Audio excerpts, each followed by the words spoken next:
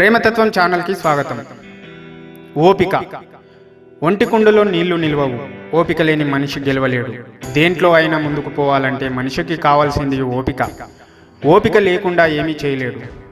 ఓపిక పైన ఒక కథ ఇప్పుడు చూద్దాం.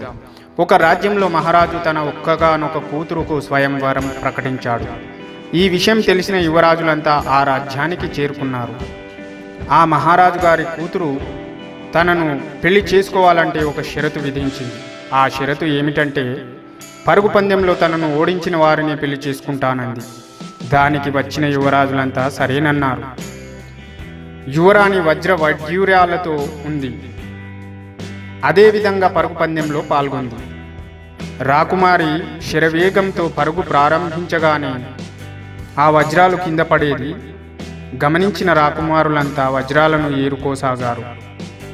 రాకుమారితో పాటు ఎవ్వరు కూడా పరుగు పందెంలో పాల్గొనలేదు. రాకుమారి గమ్యం చేరేసరికి వెనుక ఎవరూ రాలేదు. అప్పుడు రాకుమారి తనను చేపట్టడానికి యోగ్యులెవరూ లేరని ప్రకటించి వెళ్ళిపోయింది.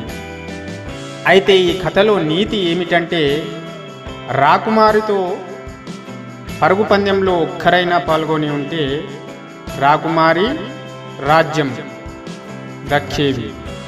అదేవిధంగా అనంత సంపద దక్కేది. అది విస్మరించి చిల్లర వస్తువులను ఏరుకోవడంలో ఇరుక్కుపోయారు.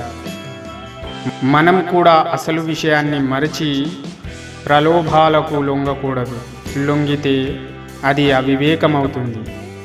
అందుకని అసలు విషయాన్ని గమనించి మనము ఏది ముఖ్యమో దాని మీదే దృష్టి పెట్టడం చేయాలి. ఈ యొక్క కథ నచ్చినట్లయితే లైక్ చేయండి, షేర్ చేయండి, కామెంట్ చేయండి, తప్పకుండా సబ్స్క్రైబ్ చేయండి.